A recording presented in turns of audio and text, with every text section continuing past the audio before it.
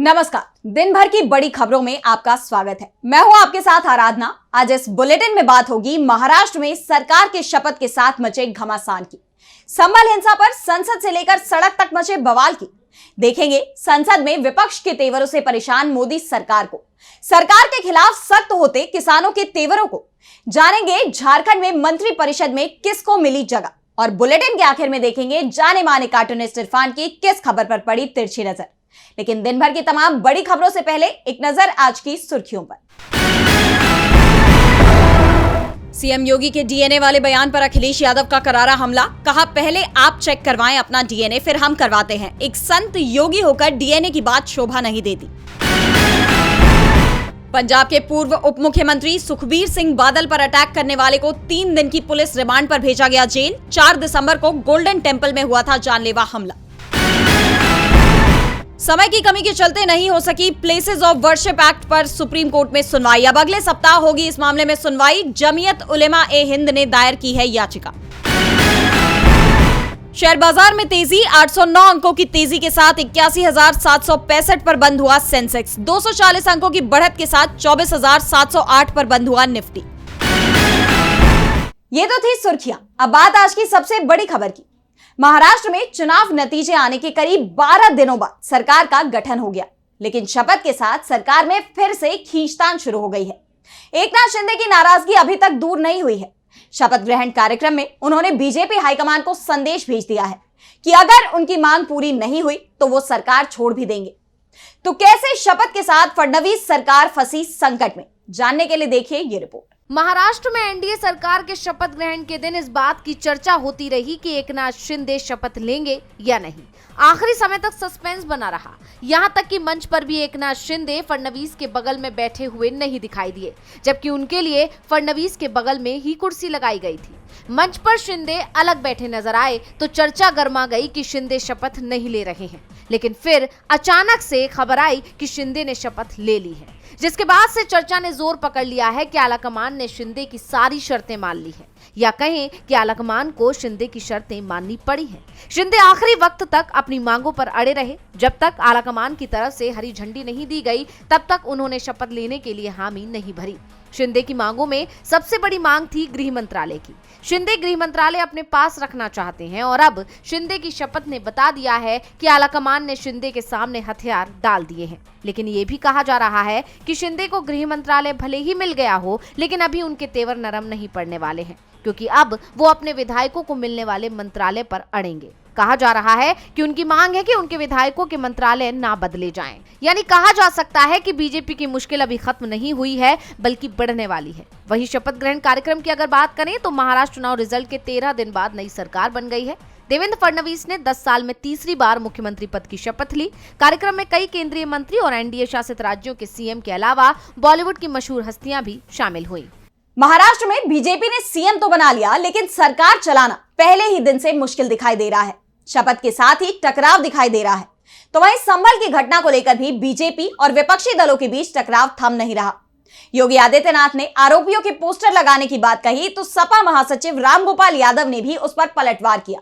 तो क्या है पूरा मामला, देखिए ये रिपोर्ट। योगी आदित्यनाथ ने संभल में उपद्रव मचाने वालों के पोस्टर सार्वजनिक स्थानों पर लगाने के निर्देश दिए हैं, जिस पर पलटवार करते हुए सपा महासचिव रामगोपाल यादव ने कहा कि संभल में सबसे पहले डीएम और एसपी की पोस्टर लगाए जाए, जिनके कारण ही संभल में ऐसे हालात पैदा हुए और 5 लोगों की जान चली गई। बता दें कि 24 नवंबर को शाही जामा मस्जिद के सर्वे के दौरान अचानक ही हिंसा भड़क उठी थी। इस मामले में पुलिस ने कार्रवाई कर 2500 से ज्यादा लोगों के खिलाफ मुकदमा दर्ज किया है। इस लिस्ट में समाजवादी पार्टी के संभल से सांसद जिया उर रहमान बर्क और संभल के विधायक इकबाल महमूद के बेटे सोहोल इकबाल भी शामिल है। विपक्ष के किसी भी नेता को संभल में प्रवेश की इजाजत नहीं दी जा रही है। लोकसभा में नेता प्रतिपक्ष राहुल गांधी और कांग्रेस सांसद प्रियंका गांधी को भी संभल जाने से यूपी पुलिस ने रोक दिया था। राहुल गांधी को अकेले जाने की भी परमिशन नहीं दी गई। इसी मामले को कांग्रेस सांसद गौरव गोगोई ने लोकसभा में उठाया। इसे लेकर उन्होंने स्थगन प्रस्ताव पेश किया। गोगोई ने कहा कि विपक्ष के नेता राहुल गांधी को रोककर विपक्ष के नेता के अधिकार पर रोक लगाई गई है। ये गंभीर चिंता का विषय है। राहुल की यात्रा का उद्देश्य शांति और सद्भाव को बढ़ावा देना था। गोगोई ने कहा कि विपक्ष के नेता की जिम्मेदारी है कि वो जनता की चिंता को जाने और सदन में उठाए। सदन के अंदर बैठकर हमें जमीनी हालात की सही जानकारी नहीं मिल सकती, उसके लिए घटना स्थल पर जाना पड़ता है। लेकिन हमारे नेता को संभल जाने से रोका जा रहा है। सरकार असहमति की आवाज को दबाने की कोशिश में जुटी हुई है। संभल का मामला संसद में भी उठा तो अदानी से लेकर दूसरे मामले भी उठे। विपक्ष ने सरकार को घेरा। संसद के बाहर भी विपक्षी सांसदों ने प्रदर्शन किया, जिस कारण से मोदी सरकार मुश्किल में दिखाई दी। तो क्या कुछ हुआ आज संसद में खास, देखिए इस रिपोर्ट में। गुरुवार को संसद के शीतकालीन सत्र का 8वां दिन रहा। सदन की कार्यवाही शुरू होने से पहले नेता प्रतिपक्ष राहुल गांधी और सांसद प्रियंका गांधी ने तमाम विपक्षी सांसदों के साथ परिसर में अदानी के मुद्दे को लेकर प्रदर्शन किया। इस दौरान राहुल सहित बाकी विपक्षी सांसद मोदी अदानी एक हैं के प्रिंट वाली शर्ट पहने दिखे। राहुल ने प्रदर्शन के दौरान कहा कि क्या सरकार कभी इन्वेस्टिगेशन करवाएगी? आप करा सकते हो अपना ही इन्वेस्टिगेशन। मोदी जी अदानी जी की जांच नहीं करा सकते, क्योंकि मोदी अदानी की जांच कराएंगे तो अपनी ही जांच कराएंगे। मोदी और अदानी दो नहीं एक है। आज आपने आप अपना ही इन्वेस्टिगेशन कराओगे? कभी आप करा सकते हो अपना इन्वेस्टिगेशन? इसलिए नहीं होगा। मोदी जी अदानी जी का इन्वेस्टिगेशन नहीं करा सकते, क्योंकि अगर वो कराएंगे तो वो अपना ही इन्वेस्टिगेशन कराएंगे। तो बड़ी बात। वहीं सदन के अंदर बीजेपी सांसद निशिकांत दुबे और कांग्रेस सांसद गौरव गोगोई के बीच तीखी बहस हो गई। इस बीच निशिकांत दुबे ने नेता प्रतिपक्ष राहुल गांधी को लेकर अपमानजनक भाषा का इस्तेमाल किया, जिसके पलटवार में गोगोई ने कहा कि सरकार नहीं चाहती है कि संसद चले। राहुल गांधी तो देश में शांति कायम करना चाहते हैं। पीएम मोदी ने जो हालत मणिपुर में होने दी, वैसी ही स्थिति वो संभल में भी चाहते हैं। इसलिए राहुल गांधी को संभल जाने से रोका गया। वहीं सदन के बाहर इस मुद्दे पर केसी वेणुगोपाल ने कहा कि आज लोकसभा में जो हुआ वो बहुत दुर्भाग्यपूर्ण था। पार्टी नेताओं ने राहुल के संभल जाने से रोकने का मुद्दा उठाया। स्पीकर ने शून्यकाल में भाजपा के निशिकांत दुबे को बोलने की अनुमति दी। उन्होंने नेता प्रतिपक्ष राहुल गांधी के खिलाफ अपमानजनक भाषा का इस्तेमाल किया। संसद के इतिहास में इस तरह की भाषा का कभी इस्तेमाल नहीं हुआ। विपक्ष का आरोप है कि सरकार संभल, अदानी, ईवीएम सहित विपक्ष के तमाम मुद्दों पर चर्चा से बच रही है। बता दें कि संसद की कार्यवाही लगातार कई दिनों से स्थगित होती आ रही थी, जिस पर विपक्ष ने विरोध जताते हुए स्पीकर से मुलाकात भी की, जिसके बाद सदन की कार्यवाही सामान्य तौर पर चल तो रही है, लेकिन सरकार विपक्ष के मुद्दों पर चर्चा नहीं कर रही है, जिसे लेकर विपक्ष सदन के अंदर से लेकर बाहर तक मोदी सरकार को लगातार तमाम मुद्दों पर घेरने का काम कर रहा है। संसद के शीतकालीन सत्र के पहले ही दिन से विपक्षी दल मोदी सरकार की परेशानी बढ़ा रहे हैं। तो किसानों का मुद्दा भी बीजेपी सरकार की परेशानी बना हुआ है। किसानों ने एक बार फिर से दिल्ली कूच की तैयारी कर ली है। किसानों के तेवरों से बीजेपी चिंता में दिखाई दे रही है। तो क्या है किसानों की डिमांड, देखिए इस रिपोर्ट में। उत्तर प्रदेश में किसानों का मुद्दा काफी गरमाया हुआ है, जहां पुलिस ने 34 प्रदर्शनकारी किसानों को गिरफ्तार कर लिया है। पहले पुलिस ने नोएडा में 0 पॉइंट पर धरने के लिए बैठे किसानों को हटाया, लेकिन किसान प्रदर्शन पर अड़े रहे और 0 पॉइंट से दलित प्रेरणा स्थल की तरफ बढ़ने लगे। इस बीच पुलिस ने उन्हें हिरासत में ले लिया, जिससे किसानों में काफी आक्रोश है। किसान स्थानीय भूमि अधिग्रहण से जुड़े मुद्दों और मुआवजा की विसंगतियों और अपने अधिकारों के खिलाफ प्रदर्शन करते हुए दिल्ली कूच पर अड़े हुए हैं। और पुलिस की ये कार्रवाई सीएम योगी के उस आदेश के बाद सामने आई, जिसमें उन्होंने साफ कर दिया है कि अराजकता कहीं भी बर्दाश्त नहीं होगी। ऐसे में योगी सरकार सवालों से घिर गई है। सवाल ये उठ रहे हैं कि किसानों का प्रदर्शन अराजकता कैसे हुआ। भारतीय किसान यूनियन ने इसे लोकतांत्रिक अधिकारों का हनन बताते हुए कहा कि लड़ाई जारी रहेगी, यानी उन्होंने साफ कर दिया है कि वो पीछे नहीं हटेंगे। वहीं शंभू बॉर्डर पर भी बवाल मचा हुआ है। हरियाणा पुलिस के इनकार के बावजूद किसान 6 दिसंबर को दिल्ली कूच पर अड़ गए हैं। उन्होंने पहले दिन यहां से 100 किसानों के जत्थे के पैदल दिल्ली रवाना होने का ऐलान भी कर दिया है। किसानों ने यह भी साफ कर दिया है कि सिर्फ शंभू बॉर्डर से ही दिल्ली कूच होगा। खनौरी बॉर्डर पर उनका प्रदर्शन ही रहेगा, जिसे देखते हुए हरियाणा पुलिस ने अंबाला की तरफ बैरिकेडिंग बढ़ानी शुरू कर दी है। अंबाला में पहले से ही बीएनएस की धारा 163 लागू है, जिसके तहत अंबाला की सीमा के अंदर किसी भी तरह के प्रदर्शन के लिए मंजूरी लेनी जरूरी होगी। इसके बावजूद किसान अपने कदम पीछे खींचते नजर नहीं आ रहे और ऐसे में मोदी सरकार की मुश्किलें बढ़ सकती हैं। मोदी सरकार की मुश्किलें बढ़ती जा रही हैं। किसान आंदोलन हो या सहयोगियों का दबाव, मोदी सरकार के लिए मुश्किलें कम नहीं हो रही हैं। लेकिन जिस राज्य में इंडिया गठबंधन की सरकार है, वहां सरकार के सामने कोई बड़ी बाधा नहीं दिख रही। महाराष्ट्र के साथ ही झारखंड के नतीजे आए थे। झारखंड में सरकार बनने के बाद आज मंत्रियों को भी शपथ दिला दी गई। तो किस दल से किस विधायक को बनाया गया मंत्री, देखिए ये रिपोर्ट। गुरुवार को झारखंड के राजभवन में सीएम हेमंत सोरेन की कैबिनेट का विस्तार हुआ। कैबिनेट विस्तार से पहले राज्यपाल संतोष गंगवार ने स्टीफन मरांडी को प्रोटेम स्पीकर पद की शपथ दिलाई, जिसके बाद राज्यपाल ने तमाम विधायकों को शपथ दिलाई। जेएमएम के 6 विधायकों को सोरेन कैबिनेट में मंत्री बनाया गया है। वहीं कांग्रेस के 4 विधायकों को भी मंत्रिमंडल में जगह मिली है, तो वहीं आरजेडी के भी एक विधायक सोरेन कैबिनेट में शामिल हुए हैं। यानी कुल मिलाकर 11 विधायकों ने पद और गोपनीयता की शपथ ली है। इनके नाम हैं जेएमएम से चमरा लिंडा, सुदिव्य कुमार सोनू, योगेंद्र महतो, दीपक बिरुआ, रामदास सोरेन, हफीजुल हसन। वहीं कांग्रेस की बात करें तो कांग्रेस से राधा कृष्ण किशोर, दीपिका पांडे सिंह, शिल्पी नेहा तिर्की और डॉक्टर इरफान अंसारी। आरजेडी से संजय यादव। बता दें कि राज्य के 5 प्रमंडलों से इस बार विधायकों को मंत्री बनाया गया है। वहीं 6 नए चेहरों को इस मंत्रिमंडल में पहली बार जगह मिली है। इससे पहले 28 नवंबर को रांची के मोरहाबादी मैदान में हेमंत सोरेन ने अकेले ही सीएम पद की शपथ ली थी, जिसके बाद अब 5 दिसंबर को हेमंत सोरेन के कैबिनेट का विस्तार हुआ है। अब किस मंत्री को कौन सा पोर्टफोलियो अलॉट होता है, इसकी तस्वीर भी जल्द ही साफ हो जाएगी। झारखंड में मंत्रिमंडल का गठन हो गया है, तो वहीं फ्रांस में पूरी की पूरी सरकार ही गिर गई। सदन में विपक्ष ने सरकार के खिलाफ अविश्वास प्रस्ताव रखा, जो पास हो गया। सबसे बड़ी बात तो यह है कि फ्रांस की बार्नियर सरकार सिर्फ 3 महीने ही चल पाई। तो क्यों विपक्ष की तरफ से लाया गया अविश्वास प्रस्ताव, जानने के लिए देखिए ये रिपोर्ट। फ्रांस में बड़ा राजनीतिक संकट खड़ा हो गया है। 3 महीने में ही बार्नियर की सरकार गिर गई है। फ्रांस की संसद में प्रधानमंत्री मिशेल बार्नियर के खिलाफ अविश्वास प्रस्ताव पास हो गया, जिसके बाद उन्हें अपनी पूरी कैबिनेट के साथ राष्ट्रपति मैक्रो को अपना इस्तीफा सौंपना पड़ा।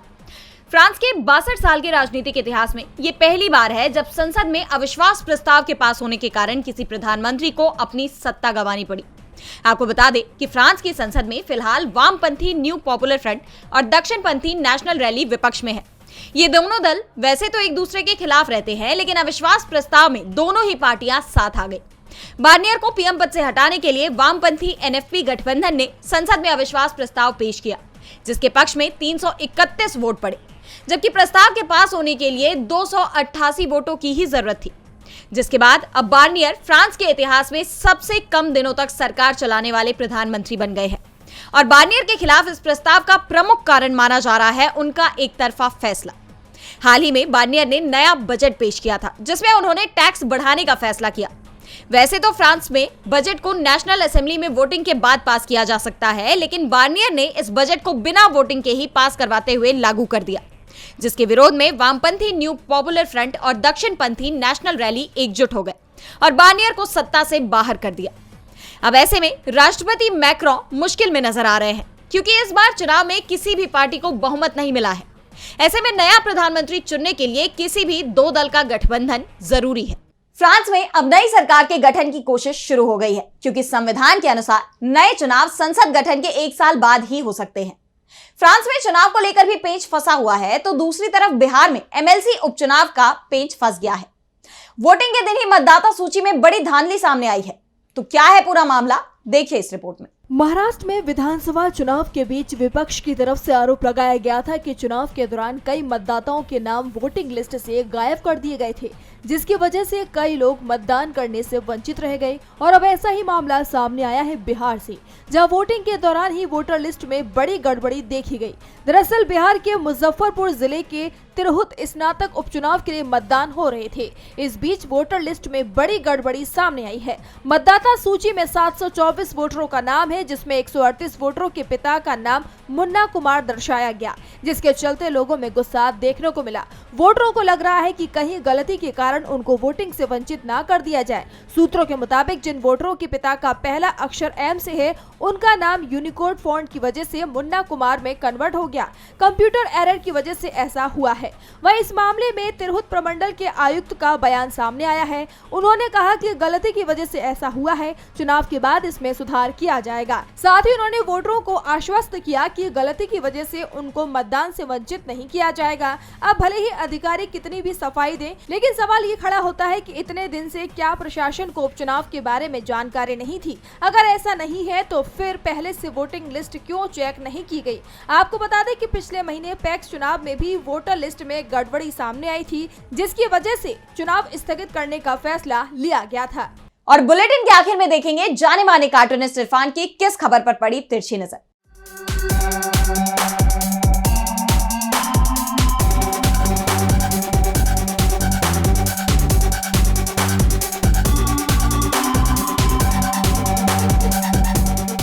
बीजेपी का हिंदुत्व अब इंटरनेशनल हो गया है। अब उसके बाहर भारत ही नहीं बांग्लादेश के हिंदुओं का भी जिम्मा है। वो जगह जगह उसके लिए प्रदर्शन कर रहा है। ऐसा लगता है जैसे देश में मणिपुर देश का हिस्सा नहीं है, बल्कि बांग्लादेश भी भारत का हिस्सा है। बहरहाल इन सब का नतीजा कुछ निकले या न निकले, लेकिन बीजेपी के वोटों की बढ़ोतरी तो हो ही जाएगी।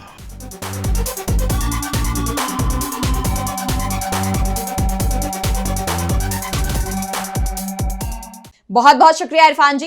तो आज इस बुलेटिन में इतना ही। आप देखते रहिए डीवी लाइव। नमस्कार।